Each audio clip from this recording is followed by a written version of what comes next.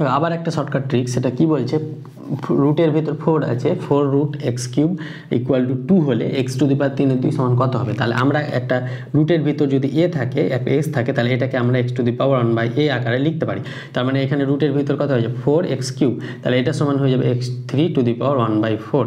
তাহলে এখান থেকে পেয়ে যাব এক্স, এটা সমান কত বলেছে, এটা সমান বলেছে 2, তাহলে 2 লিখবো। তাহলে এটা হয়ে যাবে x to the power 3 to the power 1/4 সমান হয়ে যাবে 2।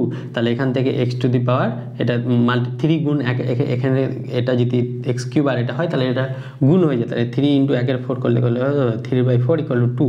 আর এক্স সমান এটা যদি এদিকে যেটা থাকবে এটার উল্টো হয়ে যায়, রেসিপ্রোকাল হয়ে যায়, 3/4 আছে তাহলে 4/3 হয়ে যাবে। তাহলে এক্স সমান 2 টু দি পাওয়ার 4/3 পেলাম। এবার এখানে আমরা এটা যদি বসাই তাহলে এক্স টু দি পাওয়ার 3/2, তাহলে এক্স সমান কত পেয়েছি 2 × 4 টু দি 4/3 × 3/2। তাহলে এই দুটোকে যদি গুণ করি তাহলে 3 3 কাটলো, 2 2 এর সঙ্গে 4 মাল্টিপ্লাই 4/2 মানে 2, তাহলে 2 এর স্কয়ার কত হবে 4। তাহলে এক্ষেত্রে আমরা 4 অপশান পেয়ে গেলাম। তাহলে এটা সূচকের নিয়ম, এটাকে বলা হয় সূচকের নিয়ম।